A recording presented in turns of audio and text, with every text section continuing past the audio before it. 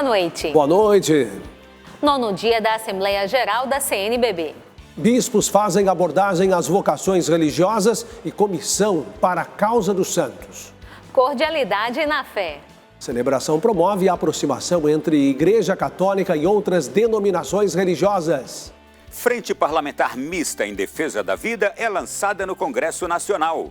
Paróquia em São Paulo encontra um meio de estar mais próxima dos moradores de um condomínio. Pesquisa revela aumento do interesse dos jovens pela fé. Governo amplia a vacinação contra a dengue para pessoas com idades entre 4 e 59 anos. De Petrópolis, nossa equipe conta a história do Trono de Fátima que atrai milhares de visitantes. O Canção Nova Notícias está começando. A serviço da vida e da esperança.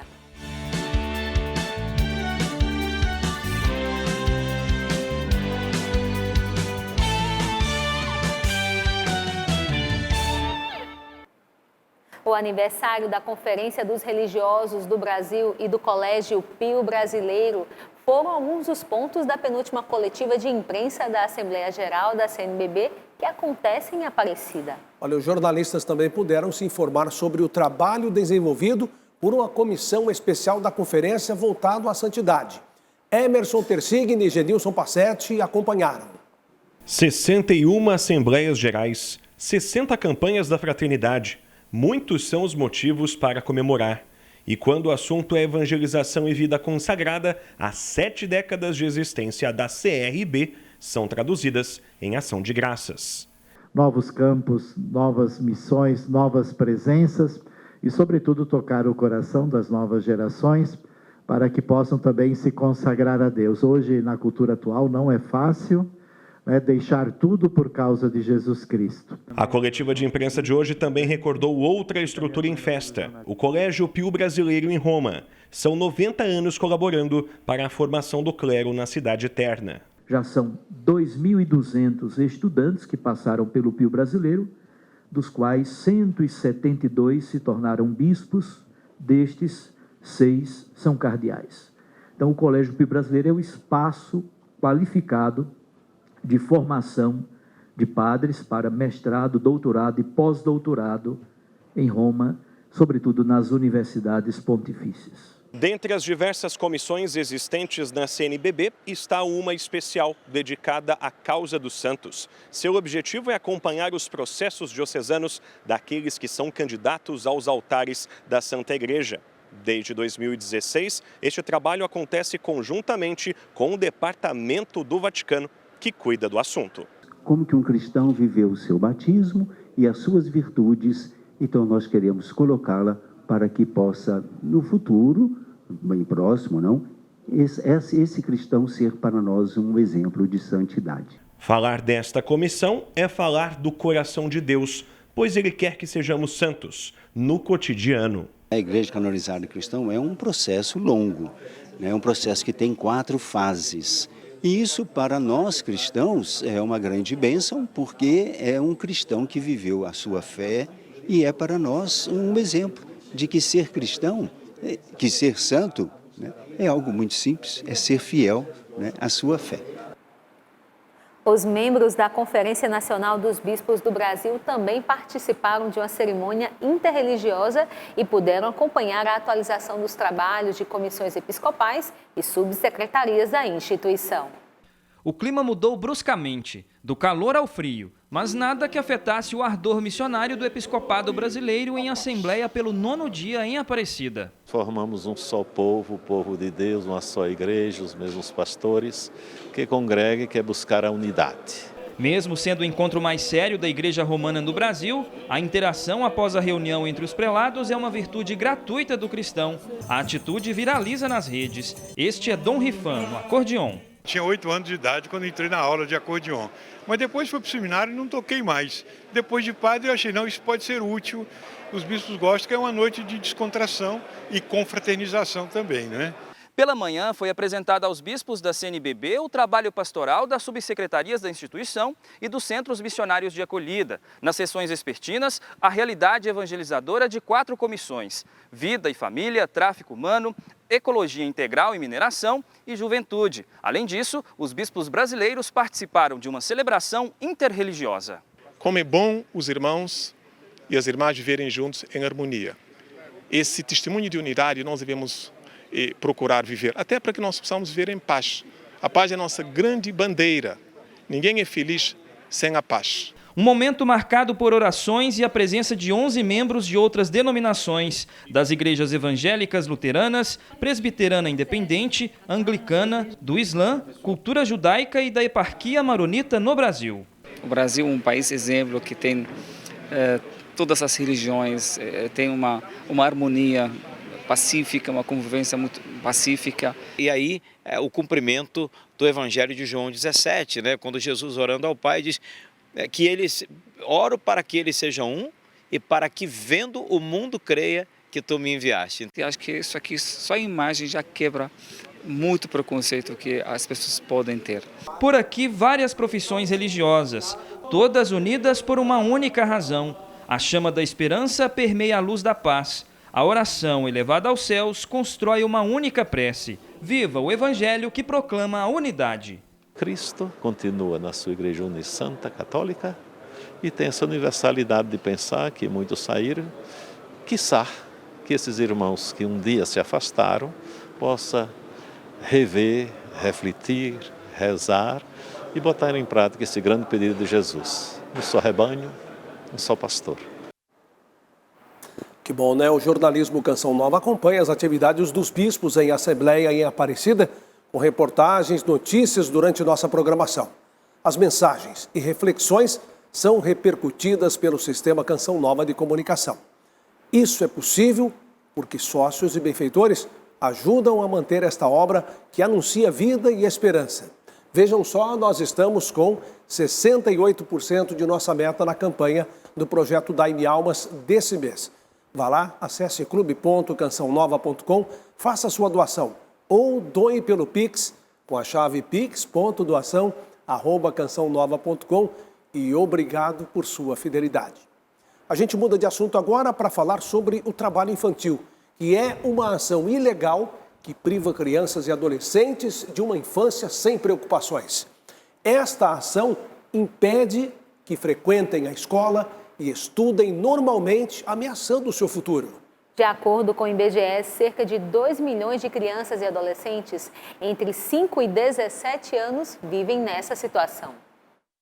Em Minas Gerais, o trabalho infantil diminuiu 16%, mas ainda atinge quase 240 mil crianças e adolescentes. Os trabalhos têm sido cada vez mais penosos, as crianças estão trabalhando em lugares periculosos e penosos. Então, antigamente você via crianças aí de 9, 10 anos, 11 anos trabalhando, e agora a gente encontra crianças até de 5 anos. Muita gente não sabe, mas pedir esmola é considerado trabalho infantil. A venda de produtos, né? Eu acho que é o que as pessoas mais conhecem, a venda de balas em sinal, o uso de estratégias como fazer malabarismo em busca de dinheiro, lavar carros, olhar carros. Em Belo Horizonte, o número de crianças e adolescentes trabalhando aumentou 35% em relação a 2019. São quase 12 mil meninos e meninas nessa situação. Os números são de um estudo do Ministério Público do Trabalho de Minas Gerais, baseado em dados do IBGE. Para a nossa localidade, pegando assim Minas, Belo Horizonte, são dados muito assustadores, muito alarmantes e muito entristecidos. A gente percebe, a partir da pandemia, uma situação de empobrecimento das famílias, de agravamento das vulnerabilidades, e a gente começa a ver o crescimento de fenômenos, como de pessoas em situação de rua e de trabalho infantil. No início do ano passado, a Prefeitura do município criou uma equipe específica para o enfrentamento do trabalho infantil. A gente tem 4 profissionais que atuam no regime de 12/36 para a gente conseguir cobrir os finais de semana e feriado, e eles estão diretamente nas ruas, identificando essas situações, se aproximando dessas crianças, tentando identificar quem são as famílias para iniciar um trabalho de proteção. Nesse centro de referência, são atendidos quase 100 crianças e adolescentes por mês. E é um local onde a criança e adolescente pode tomar um banho, pode fazer todas as refeições, pode descansar, pode participar de oficina, de arte e receber o atendimento por uma equipe socioassistencial. São psicólogos e assistentes sociais que vão acolher essas crianças, identificar as necessidades delas e começar um trabalho, um plano de atendimento para poder retornar com essa criança para a família, para espaços protegidos, para a escola. A epidemia de dengue vem refletindo diretamente nos bancos de saúde de sangue de vários estados e preocupa os profissionais da saúde. A doença deixa muitas pessoas inaptas a fazer doação. Pois é, em casos mais críticos, por exemplo, é necessário que o paciente faça transfusão de plaquetas, procedimento que cresceu bastante nas últimas semanas. Um familiar do Marcos precisou de uma transfusão de sangue para um tratamento renal. Foi o que motivou o nutricionista a vir ao Hemocentro de Taubaté, interior de São Paulo, doar sangue pela primeira vez. O meu pai, especificamente, fez uso recentemente de bolsa de sangue por um motivo de internação. Então eu falei, poxa, nada mais... O momento mais oportuno seria esse. Stephanie também é estreante e não pensou duas vezes antes de ajudar o próximo. Eu sei que tem muita gente que precisa, de vez em quando a gente nem sabe se a gente vai acabar precisando, então é sempre bom, né? O Hemocentro de Taubaté atende 39 cidades e 25 hospitais da região metropolitana do Vale do Paraíba, porém não tem conseguido doadores suficientes. Cenário de outras localidades. O baixo estoque de sangue é uma realidade em vários estados. A situação preocupa profissionais da saúde porque a epidemia de dengue reduziu a quantidade de doadores. É uma preocupação para todos os hemocentros, porque quem teve a dengue clássica tem que ficar pelo menos um mês sem fazer a doação. Quem teve a dengue hemorrágica são pelo menos 6 meses de intervalo para poder voltar a doar. E se a dengue levou ele a precisar de uma transfusão de sangue, ele vai ficar pelo menos 1 ano sem doar. Andréia explica que o desafio é buscar doadores frequentes, uma vez que a plaqueta, utilizada para o tratamento de dengue, tem validade curta. Ela só tem validade de 5 dias. Então é importante a doação frequente, que o doador venha e faça a sua doação. O procedimento é rápido e seguro. Uma bolsa de sangue pode salvar até 4 vidas. Quem doa sabe que está doando vida. É uma sensação maravilhosa e gratificante quando a gente recebe uma notificação do Hemonúcleo dizendo que o nosso sangue está está salvando vidas nesse momento. Eu saio daqui com uma sensação de dever cumprido, porque a gente tem que ter essa consciência que tem outras pessoas que necessitam dessa doação, né? Silvia é doadora regular e no dia de seu aniversário presenteou quem mais precisa. Eu tinha recebido até um recado do Hemonúcleo e aproveitei para fazer a doação de sangue. Um presente para quem precisa. Se você quer doar, veja como fazer acessando o nosso site noticias.cançãonova.com. Olha, o Ministério da Saúde autorizou a ampliação da faixa etária para a aplicação da vacina contra a dengue. Nós vamos então a Brasília com Ronaldo da Silva saber dos desdobramentos desse assunto. Boa noite, Ronaldo. Reinaldo, Mauricéia, boa noite para vocês também e boa noite para você que agora nos acompanha de tantas partes. Uma nota técnica da Câmara de Imunizações do Ministério da Saúde informou que doses da vacina Qdenga contra a dengue, com validade até 30 de abril, podem ser aplicadas de acordo com cada município em pessoas entre 4 e 59 anos. A prioridade continua sendo crianças entre 10 e 14 anos, mas com a baixa adesão, é possível, de acordo com o governo, que muitas cidades possam ter doses disponíveis. A nota técnica explica que a estratégia amplia o limite etário disponível na bula da vacina. A segunda dose vai ser garantida para o público que tomar o imunizante nesta antecipação. E foi lançada hoje no Congresso Nacional a Frente Parlamentar Mista contra o Aborto e em Defesa da Vida. Parlamentares, autoridades e representantes de movimentos em defesa da vida debateram estratégias para proteger os nascituros e impedir iniciativas para flexibilizar o aborto. Nas últimas semanas, o tema voltou ao cenário nacional após o Conselho Federal de Medicina proibir o uso de cloreto de potássio em interrupções de gravidez. O encontro em defesa da vida lotou o auditório com debates acalorados em favor de um valor inegociável. O evento foi promovido por deputados e senadores da Frente Parlamentar Mista contra o Aborto. objetivo central é reunir grandes lideranças pró-vida, influenciadores, mandatários, enfim, parlamentares em geral, pessoas que estão imbuídas desse espírito de luta em favor da vida do nascituro, que é, de fato, o ser mais frágil no ventre da sua mãe. Nas últimas semanas, a luta contra o aborto tornou-se ainda mais relevante. Entidades que defendem a interrupção da gravidez entraram com ações no Supremo Tribunal Federal para barrar uma proibição do Conselho Federal de Medicina ao cloreto de potássio. No Senado, a proposta do novo Código Civil excluía o nascituro da responsabilidade civil. O texto acabou retirado após pressão de parlamentares. A importância dessa frente parlamentar é dar voz à maioria da população brasileira e trabalhar para que as políticas públicas vão ao encontro daquilo que é o anseio da população, que é a preservação da vida, que é a defesa do nascituro, que é a defesa da vida desde a sua concepção até o seu final com a morte natural.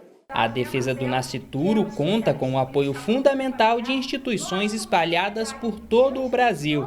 As casas acolhem mulheres em situação de vulnerabilidade e dão apoio financeiro e psicológico. Em Goiás, esse trabalho também é realizado pelo Instituto Pró-Vida. Ela oferece auxílio de moradia, roupas, comidas. E isso já ajuda, já dá um ânimo à gestante para que ela saia daquele sofrimento que ela estava e já pense em ter o bebezinho. A Carla estava em uma situação difícil no estado de Minas Gerais. Grávida de gêmeos, encontrou apoio no Instituto. Foi onde eles me acolheram, né? Graças a Deus, porque eu não sei o que seria também, né? Quem poderia me ajudar. A advogada e palestrante em defesa da vida apresentou um panorama das ações realizadas em todo o país e destacou a relevância do movimento. As casas pró-vidas, as instituições que fazem um trabalho com gestantes em situação de vulnerabilidade foram quem protagonizou hoje essa manhã. E a capital do Brasil está em festa. Na reportagem especial de hoje, em homenagem aos 64 anos de Brasília, vamos conhecer o Museu Vivo da Memória Candanga, que preserva a história da construção da capital e as casas que abrigavam os pioneiros que chegaram aqui para trabalhar no primeiro hospital e na construção da cidade. Quem vê Brasília assim, moderna, com uma arquitetura tão imponente, não imagina que o projeto foi feito numa prancheta simples como essa. Lúcio Costa desenhou o projeto urbanístico do Plano Piloto de Brasília utilizando apenas poucos instrumentos, como réguas e lapiseira. Do alto, a capital federal parece ter o formato de um avião, mas Lúcio Costa, pioneiro da arquitetura modernista no Brasil, tinha na mente o formato de uma cruz. O próprio Lúcio Costa, quando ele inicia o relatório do plano piloto, né, de Brasília, ele diz: não concorro, apenas me desvencilho de uma solução que vem, por assim dizer, já pronta. 2 eixos cruzando-se em ângulo reto, como o próprio sinal da cruz, como se da terra tomasse posse. A guia turística Maria José nos levou para uma visita ao Museu Vivo da Memória Candanga, abrigado em um sítio histórico, berço da construção de Brasília. Hoje, o museu funciona nas instalações do primeiro hospital de Brasília, o antigo Hospital Juscelino Kubitschek de Oliveira. Aqui, nós podemos ver de pertinho o início dessa história até a inauguração da capital federal. E vendo todos esses registros, é possível constatar como a construção dessa cidade, feita em apenas 1000 dias, por mais de 60 mil operários, ficou marcada na história. O Museu Vivo da Memória Candanga, que hoje é ponto turístico, guarda, além das fotos, móveis e instrumentos utilizados na construção da capital, as casas que abrigaram os funcionários do primeiro hospital da cidade e os pioneiros também estão preservadas e podem ser visitadas. Aqui é um lugar de memória, onde a história está entranhada neste local. Alguém teve a ideia, a brilhante ideia e muito bom para a nossa memória de preservar este pedaço de história, esse pedaço de memória viva aqui em Brasília. A construção da cidade no governo de Juscelino Kubitschek foi a concretização de um plano de longa data, que era transferir a capital brasileira para o Planalto Central. Em 21 de abril de 1960, Brasília nascia para o mundo e para sua gente. Com os projetos urbanísticos criativos de Lúcio Costa e arquitetônicos de Oscar Niemeyer, surgia uma cidade de formas inovadoras. 64 anos depois, a história continua viva.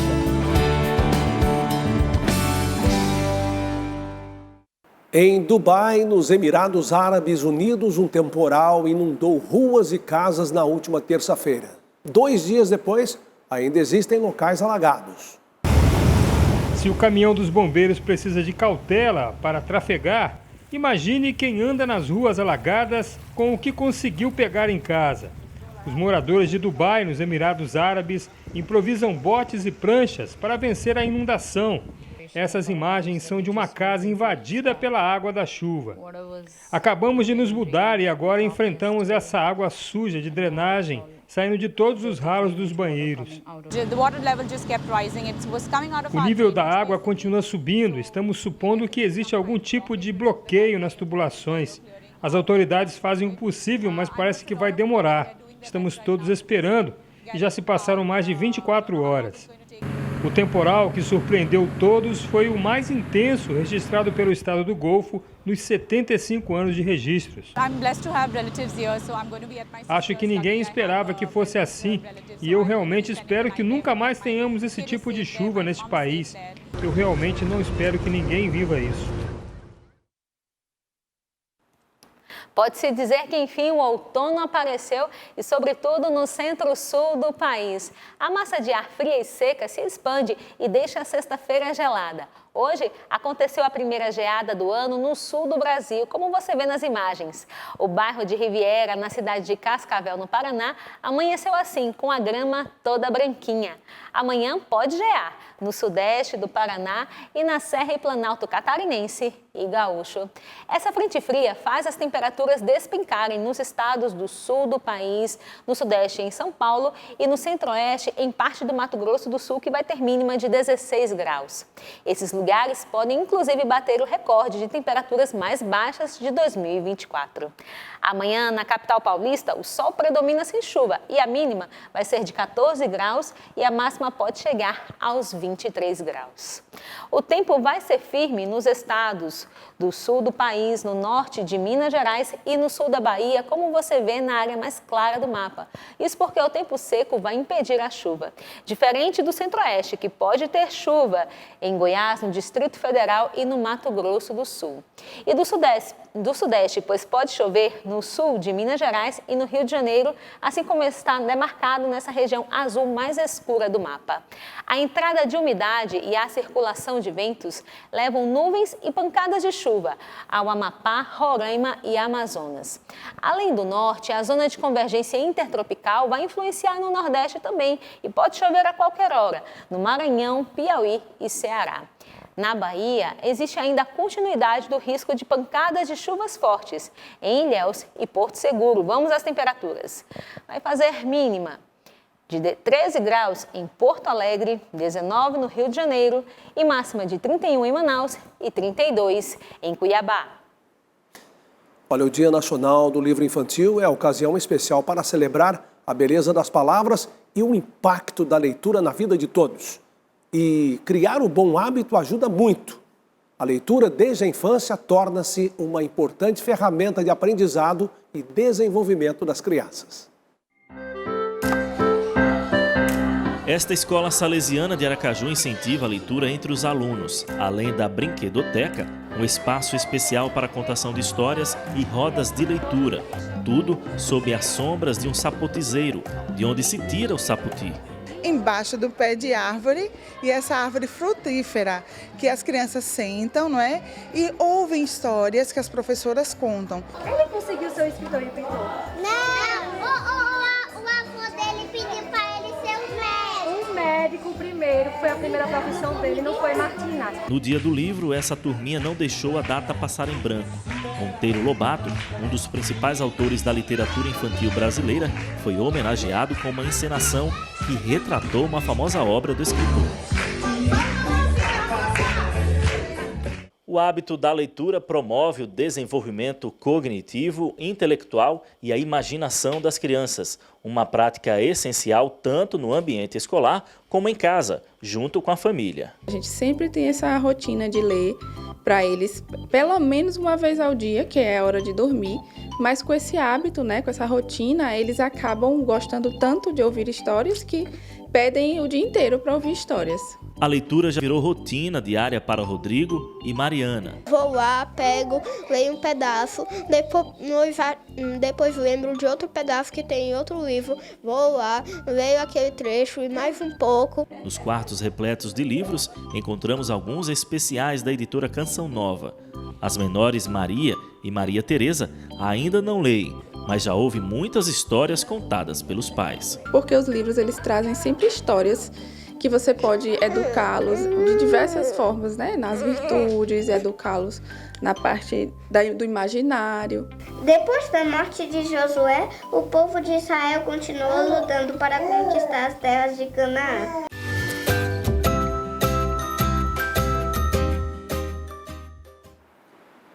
O censo de 2022 do IBGE apontou que cerca de 30% dos habitantes da capital paulista vivem em apartamentos. Essa realidade inspira o trabalho de uma paróquia na zona sul da capital.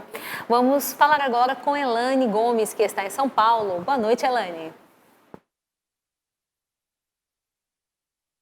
Olá, boa noite para vocês em nossa central de jornalismo e a você que nos acompanha. Pois é, essa paróquia encontrou uma maneira de estar mais próxima dos moradores de um condomínio, principalmente daqueles que têm dificuldades de ir à igreja. Foi em uma conversa como essa em 2006 que os moradores do condomínio pensaram em um meio de aproximar ainda mais a paróquia do bairro daqueles que mais necessitavam. Um meio de a gente atingir pessoas que estavam afastadas por N motivos da paróquia, né? Local, resgatar famílias, e a gente indo até elas conseguem se sentir membro, né? A comunidade no condomínio é assistida pela paróquia Nossa Senhora Aparecida da Vila Arapuá. Todo mês, o padre responsável por essa igreja celebra a missa para os moradores do condomínio e, sempre que necessário, visita as famílias e os doentes. É muito comum, depois da missa, alguém vem e fala, olha, tem uma vizinha que não pode sair de casa, que está de cama. Ou vem algum condômino e fala, olha, minha mãe, você poderia fazer uma visita, dar uma bênção na casa. Então, é uma iniciativa que favorece essa presença da igreja ali no condomínio. Na missa, os moradores são idosos ou têm alguma dificuldade de locomoção. Tem pessoas que realmente elas participam justamente dessa missa, que elas não têm mais condições de ir até a paróquia, apesar de ser muito perto, né? Mas vai ter que ir a pé, não dá para ir. A iniciativa vai ao encontro na proposta do primeiro Sínodo Arquidiocesano de São Paulo, que aconteceu entre 2017 e 2023 e tinha como objetivo uma igreja em saída e ao encontro das diversas realidades pessoais e sociais. Às vezes você está na igreja no domingo e vê a igreja com bastante gente, graças a Deus, mas as pessoas que costumam vir, e quando você vai no condomínio e também percebe que grande parte das pessoas ali não vem, e que ajuda também a pensar, bom, o que a gente precisa fazer, mais pessoas que nós precisamos alcançar e ter um pouco mais desse espírito de ir até as pessoas, né? Pesquisa realizada por uma universidade italiana e um instituto espanhol revela que grande parte dos jovens acredita em Deus e vê a igreja como um meio de receber orientações para a vida. O levantamento foi feito em 8 países e envolveu 4.900 jovens. A instituição católica Opus Dei oferece meios espirituais para ajudar os jovens a trilhar um caminho de bons cristãos em meio ao mundo. Ângelo é membro da instituição e despertou o interesse pela igreja a partir de perguntas e questionamentos. O que mais fez diferença na minha formação, há alguns anos atrás, foi quando eu comecei a ir atrás. Por que as coisas são como são? Por que a gente não crê só na Bíblia? Por que a Bíblia está certa também? Por que temos os padres? O que é a tradição da igreja? E você vê que é tudo uma complexidade, uma profundidade, rica tradição, o testemunho vivo dos santos. E, nossa, acho que quando a pessoa coloca a razão dela a serviço nesse sentido, tudo muda. Da mesma forma, o jovem Pedro frequenta a obra e passou por momentos de crise na fé. Ele explica que alguns princípios da igreja o fez permanecer. Estava com uma série de dúvidas, na verdade, se eu largava da fé ou não. Mas tinham duas coisas que muito me seguravam na fé, que era muito a devoção da minha mãe por Nossa Senhora e outra coisa era a Eucaristia, assim, eram duas coisas que me impactavam muito. De acordo com a pesquisa da Pontifícia Universidade da Santa Cruz, em Roma, os jovens enxergam a igreja como um norte a ser seguido. Jovens na vida profissional, jovens já talvez terminando a faculdade, que estão procurando uma resposta para as questões da sua vida, procurando mais sentido para a vida. Você vê que eles estão por sua conta mesmo, procurando uma formação, procurando uma espiritualidade, procurando preencher mais a sua vida, né? O estudo foi realizado em 8 países, incluindo o Brasil, e envolveu cerca de 4.889 jovens entre 18 e 29 anos. Segundo os dados levantados, a juventude busca alguns meios para viver a fé de maneira segura e confiante. Estar na presença de Deus, vamos dizer assim, da melhor maneira, me colocar na presença de Deus da melhor maneira. Então acho que isso cada vez mais vai me levando a, nas pequenas coisas, buscar santificá-las, assim. Ficamos por aqui. Amanhã, logo após o Sorrindo para a Vida, você terá outras informações direto de São Paulo às 9h30 da manhã. Boa noite e uma excelente noite também para vocês aí em nossa Central de Jornalismo. Obrigada, Elane. Boa noite para você também. Assista a seguir a transmissão da Santa Missa direta de Brasília. Às 9h tem Escola da Fé e às 10, Além da Notícia. Nos vemos novamente amanhã. Boa noite, paz para você.